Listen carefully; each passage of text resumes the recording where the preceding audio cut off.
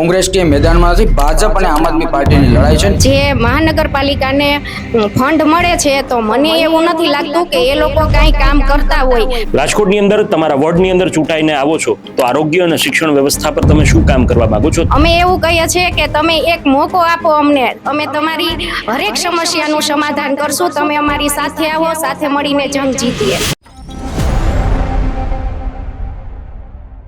નમસ્કાર, હું છું ભૂમિ જાની, આપ જોઈ રહ્યા છો સત્યાર્થ મંથન। સ્થાનિક સ્વરાજ્યની ચૂંટણીના પડઘમ વાગી ચૂક્યા છે, પ્રચંડ પ્રચાર પણ શરૂ થઈ ચૂક્યો છે, ત્યારે આ વખતે ત્રિપાખીયો જંગ જામવાનો છે વાત નિશ્ચિત છે, કારણ કે આમ આદમી પાર્ટી પણ મેદાને છે। કોંગ્રેસ માટે અસ્તિત્વનો જંગ છે, જ્યારે આમ આદમી પાર્ટી માટે એક નવી આશા છે, એક ઉમ્મીદ છે। જ્યારે કે ભારતીય જનતા પાર્ટી હંમેશ માટે પોતે જ કહે છે કે અમે તો ચૂંટણી માટે 24/7 એક્ટિવ જ હોઈએ છીએ, પરંતુ જનતાનો મિજાજ આ વખતે શું કહી રહ્યો છે તે તો અનેક માધ્યમો બતાવી રહ્યા છે। પરંતુ આજે સત્યાર્થ મંથનના સ્ટુડિયોની અંદર મારી સાથે રાજકોટના વોર્ડ નંબર 11ના આમ આદમી પાર્ટીના 4 કેન્ડિડેટ્સ આ સ્ટુડિયોની અંદર છે।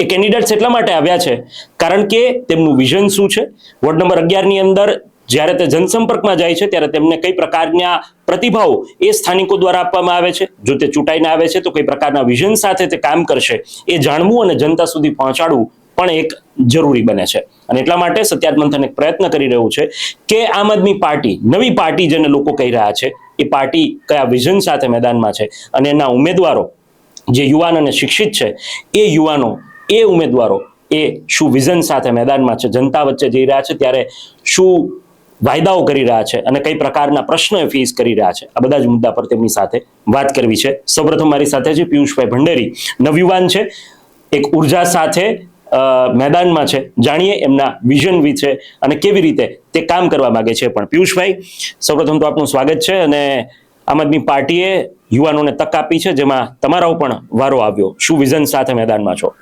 સાહેબ, આમ આદમી પાર્ટીએ મને તક આપી છે। હું સામાન્ય ઘરનો વ્યક્તિ છું, કોઈ પૈસાવાળાનો વ્યક્તિ નથી। મારા 7 પેઢીની અંદર પણ કોઈ રાજકારણ જોયું નહોતું અને સભ્યપદ તરીકે પણ ચૂંટાણા નથી।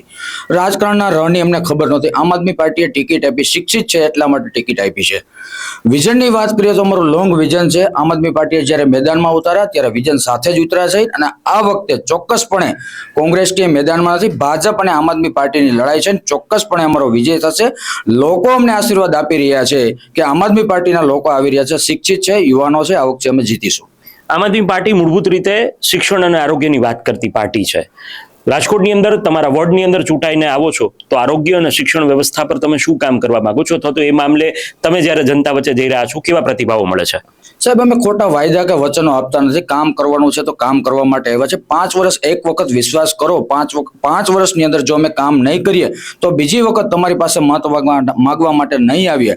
જો શિક્ષણની વાત કરીએ તો અમારા માટે જે વોર્ડ નંબર 11ની અંદર જે ગવર્મેન્ટ સ્કૂલો હતી, કોર્પોરેશન સંચાલિત, એ સ્કૂલો જે ભાજપ દ્વારા બંધ કરી દેવામાં આવી છે, ફરીથી અમે ચાલુ કરાવશું અને જે સ્કૂલો જે બિન હાલતની અંદર છે કે ભાઈ ખરાબ છે, જર્જરિત છે, એ જર્જરિત છે, એ સુધારશું, સારા શિક્ષકો લાવીશું અને આમ આદમી પાર્ટીનું વિઝન એ જ છે।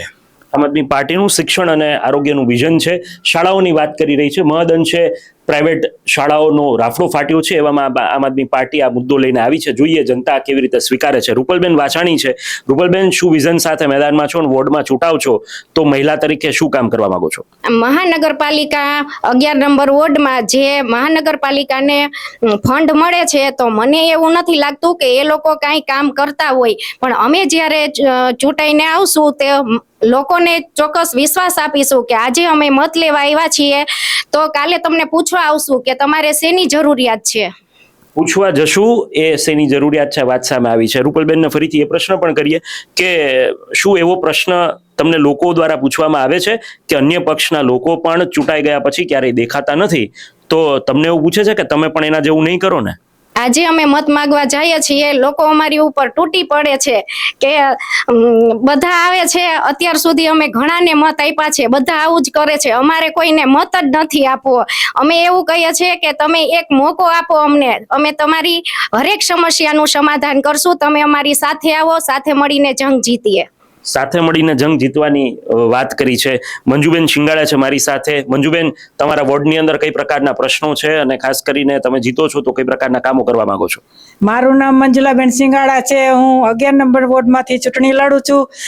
અમે પ્રચારમાં જઈએ છીએ તો બાયુ બધી પાણી પ્રશ્ને આમ હોબાળો કરે છે કે અમારે પાણી નથી આવતું, અમારે રોડ રસ્તા નથી કર્યા, અને તમે આવો તો અમને કરી દેશો. એટલે અમે એમ કહી કે હા અમે કરી દઈશું, અમારી જેદી સરકાર આવશે ને અમે કરી દેશું, પણ અમને એક વખત તમે મત આપો ને જીતાડો એટલે અમે બધુંય તમારું કામનું સમાધાન કરી દેશું. તમે શું વિશ્વાસ અપાવો છો કે અમે ચૂંટાશું તો આવું નહીં કરીએ એમ? અમે ચૂંટાઈશું તો અમે શેરીએ જઈશું ને શેરીએ કહીશું કે હાલો તમારે શેની સમસ્યા છે. આ એક વાત સામે આવી છે કે અમે લોકો વચ્ચે જશું, અને મૂળભૂત રીતે લોકોનો એ પ્રશ્ન પણ હોય છે કે ચૂંટાઈ ગયા પછી આવતા નથી, કોઈ પણ પક્ષના હોય, પરંતુ વાત તો દરેક વ્યક્તિ કરતા હોય છે. લોકશાહીમાં દરેક ઉમેદવારને પણ પોતાની વાત મૂકવાની એક કહેવાય કે એને છૂટ હોય છે. જનતાએ નક્કી કરવાનું છે કે મત આપતા પહેલા તેમને શું વિચારવાનું છે. કિરણભાઈ ગોહિલ છે મારી સાથે. કિરણભાઈ, કઈ પ્રકારે લડત આપી રહ્યા છો? કારણ કે ત્રિપાખીયો જંગ જામવાનો છે. કયા મુદ્દાઓ સાથે મેદાનમાં છો?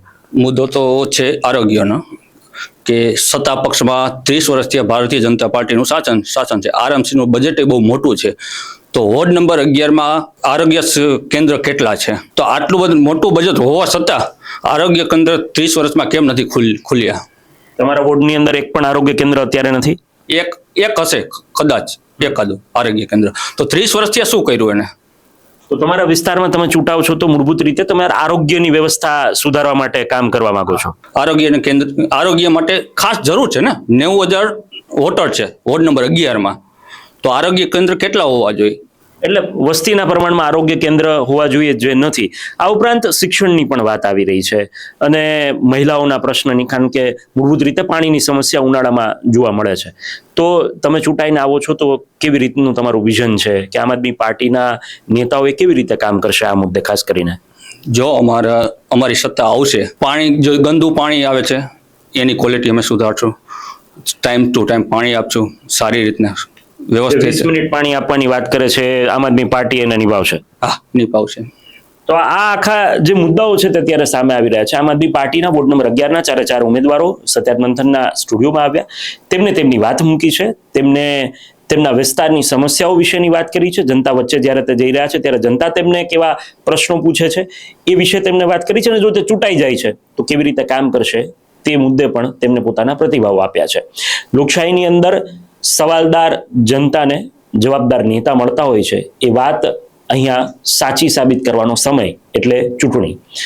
ફરીથી મળીશું નવી વાત અને નવા મુદ્દા સાથે. ત્યાં સુધી આપ જોડાયેલા રહો સત્યાત મંથન સાથે. નમસ્કાર. સત્યાત મંથનની યુટ્યુબ ચેનલ સબસ્ક્રાઇબ કરવાનું અને બેલ આઇકોન પ્રેસ કરવાનું, સાથે જ સત્યાત મંથનનું ફેસબુક પેજ લાઇક અને ફોલો કરવાનું, અને ઇન્સ્ટાગ્રામ પેજ સાથે જોડાવાનું પણ આપ ચૂકશો નહીં.